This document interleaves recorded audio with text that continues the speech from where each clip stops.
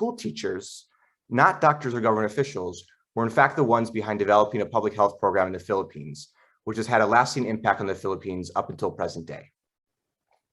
I think Riya's work is especially relevant for those of us here in this salon today for two reasons. One is that her work sheds further light on the formation of a certain Pacific world, that is a shared political, economic, social, and cultural space among countries and regions in and around the Pacific Ocean. By virtue of living in California, we are all part of this world. And second, Riya's work is relevant because we're living in the midst of the most significant public health crisis in a generation. I believe Riya's work sheds light on how health information gets dispersed in society and how health information is received and acted on by people.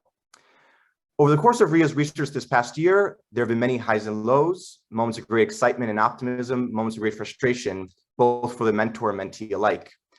That's the nature of research. As Riya's mentor, what I would like to say as we approach the end of this process, although we're not quite done yet, is that I have learned as much, if not more, from Riya as she has learned from me.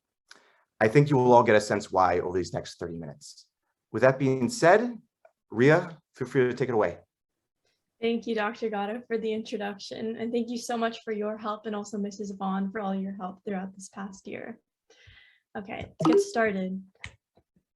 So before I begin, I want to give you a roadmap of how this presentation is going to go. So I'm going to talk about how I began my research and why. I'm going to give you a bit of background and context on the Philippines, and then we're going to talk about the evolution of my argument because there were a lot of twists and turns throughout my research. And then finally, I'm going to talk about the conclusion and why I believe it's really significant. So when I first applied for the NeuroMetra program, I was already fascinated by how public health measures were deduced. I was also already researching transnational public health policy and realized that this would be an incredible opportunity to learn about the evolution of public health, but this time from a historical perspective. After doing some research, I was excited to see that a lot of the health policies we consider obvious today actually emerged from our time in the Philippines. And over the past few months, my path of research has led me to my thesis. While some scholars argue that during the American occupation of the Philippines, scientists and health inspectors were the primary contributors in the construction of public health systems, they failed to highlight the indispensable role that educators played in their successful implementation. So let's begin with some background in political and social climate. In 1899, after the US victory over the Spanish in Manila Bay, the Treaty of Paris forced Spain to release control of the Philippines to the United States. President William McKinley and General George Dewey were incentivized to colonize the Philippines because it proved to be economically and strategically valuable. As seen as in Emile Fleury's political cartoon, the Philippines were portrayed as a stepping stone to China for a few main reasons. First, the Philippines were a systematic pathway that allowed the US to take advantage of Filipino laborers to supply goods to China. Second, they provided a stopover destination between the US and China for coal stations. Third, the Philippines, now free of the Spanish, were especially vulnerable to being taken over by other powers vying for the same economic and strategic benefits as the United States. But most importantly, Americans perceived Filipinos as unfit to self-govern and in need of assistance. So the US rapidly sent over forces to the Philippines, and that is when my research timeline begins. When I first asked the question of how public health measures were implemented, I looked towards the strongest force and leadership coming from the US. I assumed it would be the military. The military medical officers had the primary role of protecting their soldiers and using diagnostic and response medicine, meaning that only after the soldiers were injured or after they became sick, the medical officers would then treat them. However, that changed in a few months because the prevalence of disease, their roles now expanded to encompass the responsibilities, and they started to focus on preventative medicine. For example, instead of just treating individuals, medical officers now had the role of choosing clean locations to set up camp, regulating food and water distribution, and also policing a strict hygiene regimen for each soldier they were in charge of. This is also when bacteriology and exotic disease that was once a distant concern for military medical officers became a priority.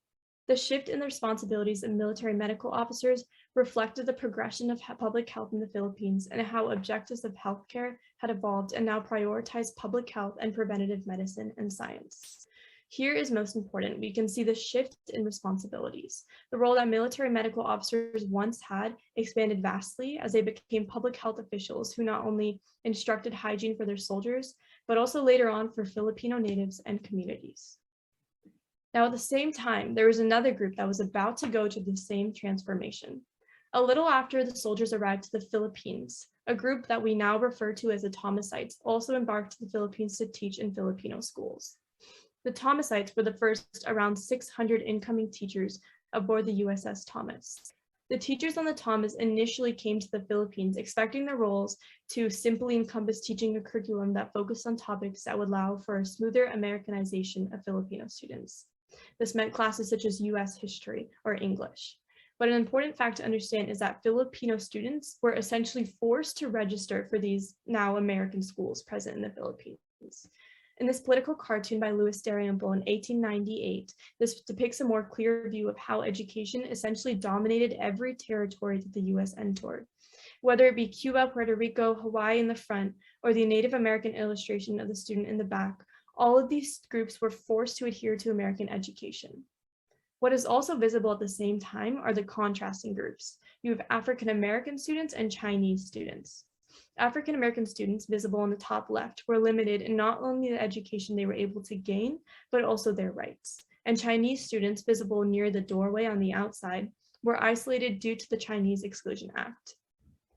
This illustration emphasizes the significance of the American education on colonized territories and also foreshadows just how indispensable that American teachers were in the implementation of public health systems in the Philippines.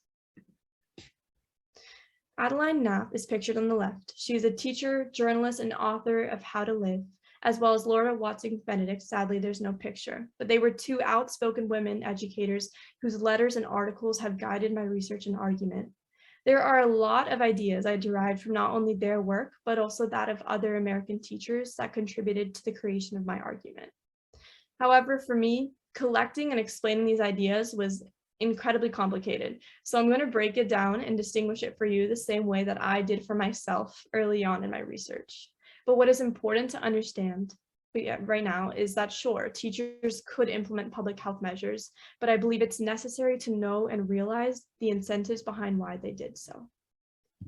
Okay, so here you're going to see two boxes, how and why, and this is genuinely how I broke it down in my head. So how for me means how exactly did these American teachers achieve the power to influence the mind of Filipino students and then thus implement public health systems? And then why means what exactly incentivized these teachers to take the extra step and then incorporate public health into their teachings. So to talk about how first, teachers had an unmatched connection. If we go back and we look at Laura Watson Benedict's, technical difficulties. All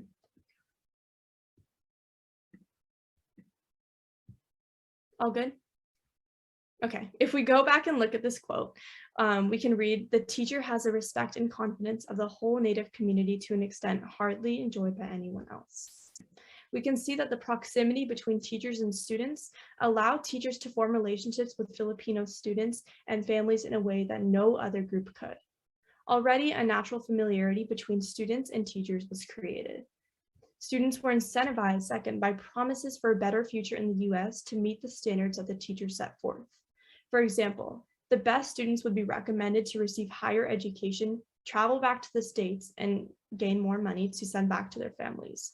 They were incentivized to adapt their life and their adjust to novel physical and sanitary expectations. Some of these expectations set by teachers were superficial, such as keeping your hair clean, keeping it tied, while others were actually beneficial, washing your hands before eating, eating on clean surfaces. But by these opportunities, students were incentivized and teachers thus had the power. Next, curriculum was also incredibly important in how teachers gained power and also trust between their students. Public health was integrated into almost every single lesson given to students via either textbooks or lectures. Health indexes were spread and students were taught that having, quote, a well-formed body, clean and shining hair, or even a clean skin of good color was important and necessary. And while a lot of these health indexes were motivated by racist ideas, students believed that it would benefit them since the information was being given by a trusted source, by their teachers. And there was more than one instance in which a teacher assigned students to build toilets in their house or in a neighbor's home for a school assignment.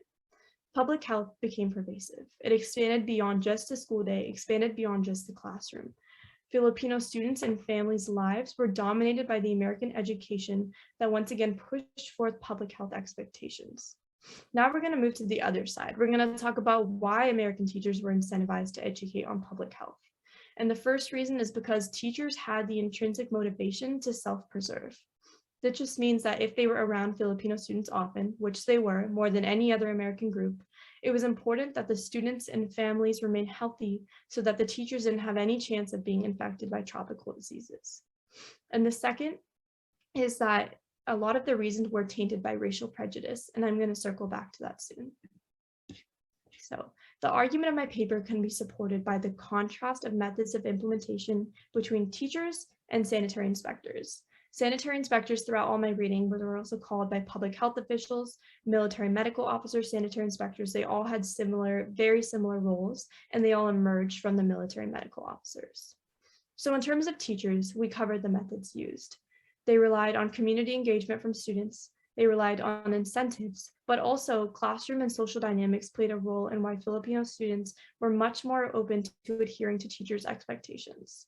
During my research, I took a look at the Jigsaw classroom. It's a social psychology experiment that describes internal classroom dynamics. To summarize the results, students learn that payoff comes from pleasing the teacher. Because of this, students are essentially placed in a favored doing situation and were more likely to incorporate education into their beliefs, no matter how foreign it may seem. And that's why public health ideals that came from the US were easily incorporated into Filipino lifestyles because of this favored doing situation. Another tactic that instilled trust was that oftentimes American teachers co-taught with Filipino teachers. The collaboration took place in front of students and created an even stronger sense of trust in American teachers from Filipino students because the process of participating in a cooperative group broke down any sort of in-group versus out-group phenomenon, which is also studied in the Jigsaw classroom. But essentially what this phenomenon is that students develop the cognitive category of oneness and start to trust American teachers in the way that they trusted their Filipino teachers. This co-teaching also implied that Filipino teachers and American teachers were equal in status and equally capable. This image allowed American teachers to see more integrated within the Filipino community, and thus it made it easier for American teachers to form close connections with students. On the other hand, military medical officials, sanitary inspectors did not have this opportunity whatsoever. So all of these factors cemented to convey a sense of false equality between Filipinos and Americans that it was effectively used to spread public health measures. Now, when we look on the contrasting side, sanitary inspectors implemented public health measures with a drastically different approach. The Colonialism colony was a camp created for those classified as most unclean and least socialized. As an attempt to Americanize and clean Filipino children, non-leprous children were separated from their parents and they lived with American or other cleaner Filipino families. Sanitary inspectors relied on humiliation and fear tactics to encourage adherence to public health standards. In one case, which is pictured on the very left of your screen, a victim of cholera had passed away in the household, and a provincial treasurer burned the house down to prevent the spread of infection. Not only did they demolish an entire house, but the fire was uncontained and burned down 2 neighboring homes, while at the same time a sanitary inspector policed a village with a gun on his shoulder in order to intimidate people to obey laws. So not only did sanitary inspectors use fear as a tactic to allow Filipino natives to adhere to public health expectations, but they also relied on public humiliation. Acting with degrading behavior towards Filipino natives, the official public health department coerced families into meeting health expectations. Even if Filipino natives were open to and searching for guidance about sanitation and hygiene, they were refused by the health department unless they intentionally insulted and degraded themselves. In order to receive aid from the department, Filipino natives were, quote, expected to confess their uncleanliness and voice their barbarity. The quote on your screen on the right represents the fear that Filipino natives had about the sanitary inspectors that policed them. The people fear the Board of Health a great deal more than they feel the epidemic. The sanitary inspectors, white, brown, black, civil, and military, have committed and still commit all kinds of abuses.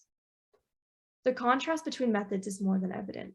However, it's important to understand that just because the methods used by teachers were more agreeable, it does not mean that they were completely pure in intent.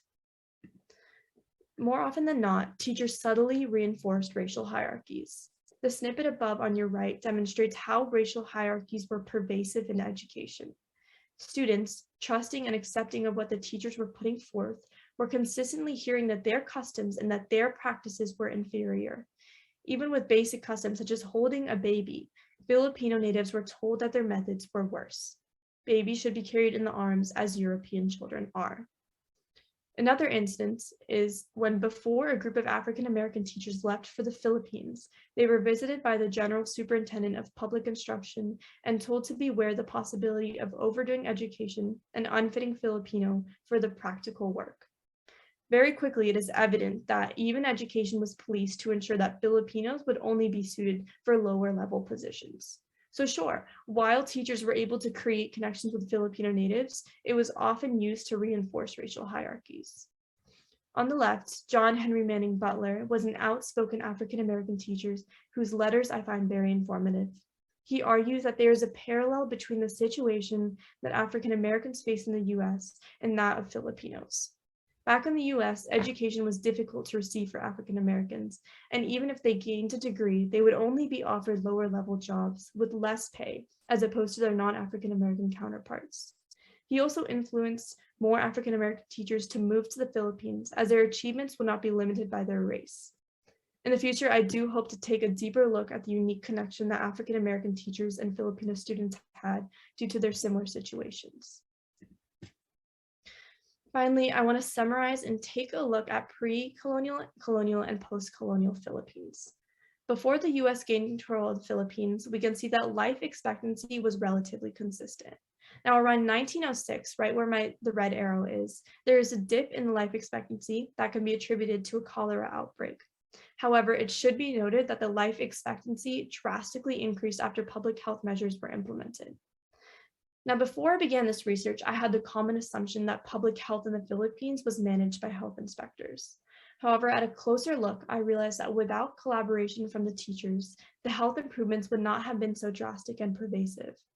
Sanitary inspectors constructed the health requirements, but they cannot be accredited by implementing them into society. Teachers played a vital part in not only teaching the importance of public health, but also integrating it into the community. And I firmly believe that the implementation of public health systems would not have been nearly as pervasive, effective, and long-standing without the assistance of American teachers. Thank you. And if you have any questions, I'm excited to answer them.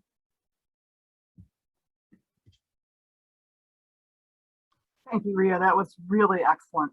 I would love to give you an opportunity to talk a little bit about the African-American teachers, the African-American Thomasites that I know you did a bit of research on, and that was going to be a way you were going to go, and you reconfigured and such, but you have some information about that. Would you like to speak to that a bit? Yes, of course. So initially, I was going to focus on African American educators only and their unique connection with Filipino natives, because throughout my research, I noticed that not only did African American educators, but also African American soldiers took a certain sort of attention and special care to Filipino students, because they noticed these racial prejudices reflected back on them in the US. They noticed how they were marginalized. They noticed how education given to Filipino natives were not comparable to what was given in the US. So there were a lot of parallels between the two groups. Additionally, in the Philippines, raising ranks in society was not necessarily tainted by the fact that by their race or by their social standing. So African American teachers were also incentivized to go to the Philippines because they could more often than not increase their level in position and gain more pay regardless of what race they were. Yeah, but I'm going to focus on the very special connection that Filipino students had with their African American teachers, because I think it's pretty unique in society and I haven't seen it anywhere else. Thank you. Let's see, we do have some questions. How did you find all the amazing primary sources you showed on the slides? What did you find most challenging and also most interesting about interacting with primary sources? With primary sources, I think what was most challenging was definitely the finding of them. Oftentimes I would search up, oh, I need some sort of picture of a classroom. I'd see some, one time I saw an index of pictures and it described each picture just by words. I took down all of the names, all the numbers. Then when I went to the website to go find these pictures, not available online. That was a really common struggle that I feel like a lot of people had with primary sources, but when you do find them, it's like you're chasing down a rabbit hole. For example, there's a newspaper called the Star of Zion, and it's an African-American newspaper, and there's a lot of correspondence between John Henry Manning Butler and this like US magazine. And it was really difficult tracking down the articles, but once you do, you have to dig through, read every single word, and you can find amazing primary sources. Thank you. And let's see, one part of that was, and what did you find most interesting about the interacting with your sources, your primary sources? I thought it's just like fascinating to see like the words of someone who's lived like 100 years before you. And even then they do realize the significance and like the difference between people of different races are treated. So we're still struggling with the same problems today, but you see it pushed back 100 years ago in the face of different sort of problems. And I think it's fascinating to see parallels between the two timelines. Let's see, there are some other questions here. What were the biggest challenges that you faced during your research? Were there any large gaps that you had to work through?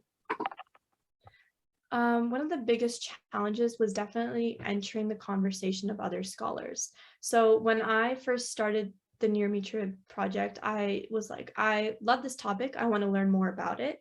And then after a few months and a lot of workshops, we talked about the importance of not just talking about what's interesting to you, but also framing it in a way that you're discussing things with other scholars. So for example, Sarah Steinbach Pratt was one of the authors that I sort of took a stance against. So while I agree with a lot of what she's saying, I positioned my argument in order to clash with some of what she was saying as well. And I think that is difficult to start doing, but when you do it, it makes a lot more sense. And also it makes it more integrated into the conversation.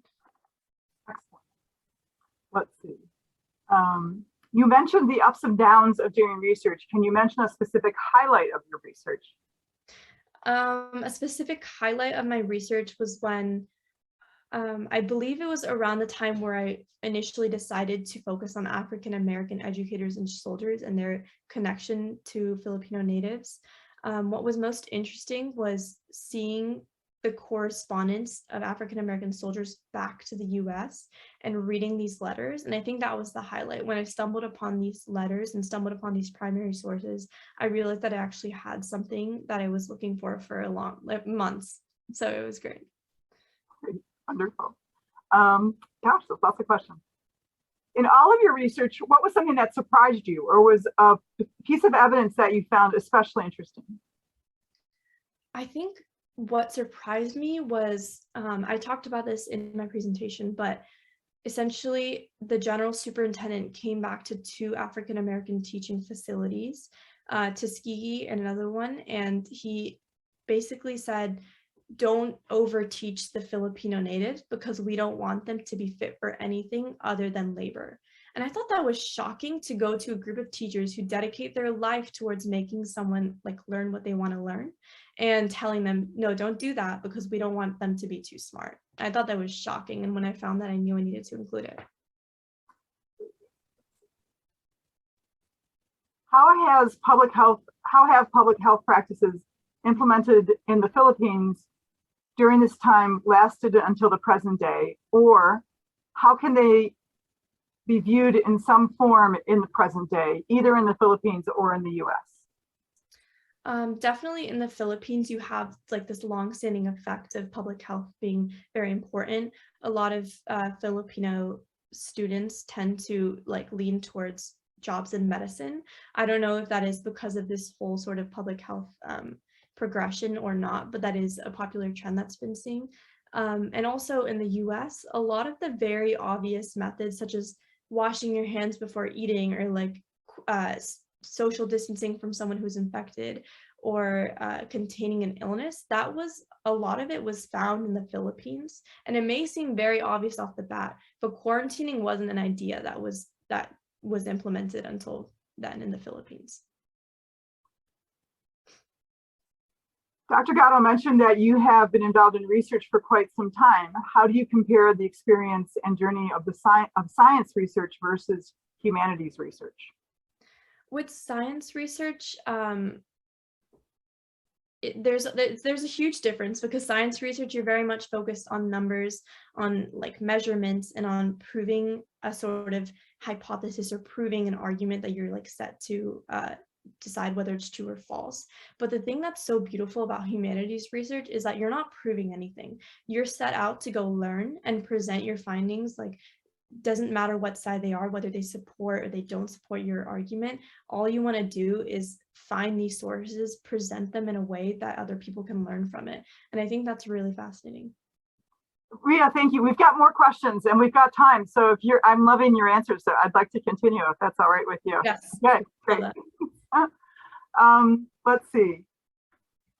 I was wondering if you noticed any differences in what the sources were reporting from when the military conflict was occurring between the United States and the Philippines and after the conflict ended. Sources were reporting, does it give any more context? Could you read that? I think that they're just asking about, was there information, any difference in the sources that were your primary sources that came from the period of colonization and the period after colonization? So this might actually extend past your research a bit, I think, but go ahead.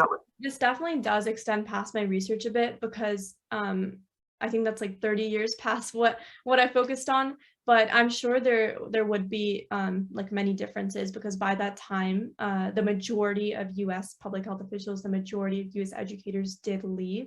So there probably was some sort of reflection on the American influence in the Philippines. I haven't had the opportunity yet to research that, but I'm sure that there is a contrast between the primary sources you see in my research and also 30 years later. When you were studying world history sophomore year, did the involvement of the United States in the Philippines immediately stick out to you as a fascinating topic, or did you have any other ideas for research? So the funny story was, I did this in my junior year, and I also studied the involvement of the US in the Philippines in my junior year with Dr. Gatto. But when I was deciding what topic I wanted to submit to my neurometer application, we came up with it like 2 weeks before I found Philippines public health, showed it to Dr. Gatto. He was like, we're about to cover this in our US history class. So off the bat, it did stand out to me the next 2 weeks when I heard about it in class, and I learned much more about it. And I used that information in my US history class to then help expedite my research later on. Good. That was serendipitous. Yeah. Very good. As you narrowed your scope for this project, were some things you found interesting? What were some things that you found interesting, but that you had to leave out? Oh, I found female educators' connections with Filipino natives really interesting. I really wanted to cover that, but I wasn't able to, and I definitely will in the future. But what I found was that a lot of the times, especially in the colony that I discussed, Filipino children would be isolated from their families and from their parents, and female educators would sort of take on some sort of like motherly role. And here you see like a combination and a clash of the two cultures. You have a Filipino child who's been raised by Filipino parents in a Filipino family, and then you have an American educator there to help these Filipino children. And the combination of culture, I think, is very interesting to see. Yeah. Excellent. So I think we've gone through all of those lovely questions. That was quite a set of questions and quite a lovely set of answers as well, Riyaa. Thank you very much. I wanted to thank you. And Ms. Gilbert, would you like to close us? Oh, absolutely. Riyaa, that was incredible. You deserve a round of applause from everybody. Wonderful job. Wonderful job. Awesome Thank you. job. Fascinating research. Just fantastic. And great job. And thank you everybody for coming. We're so grateful that you stuck around. I'm sure everybody's starving now and wants to eat, but thank you so much for coming to our salons. We have 3 more next week. And thank you, scholars, one more time. Thank you so much for supporting each other. You guys are amazing. You guys rock.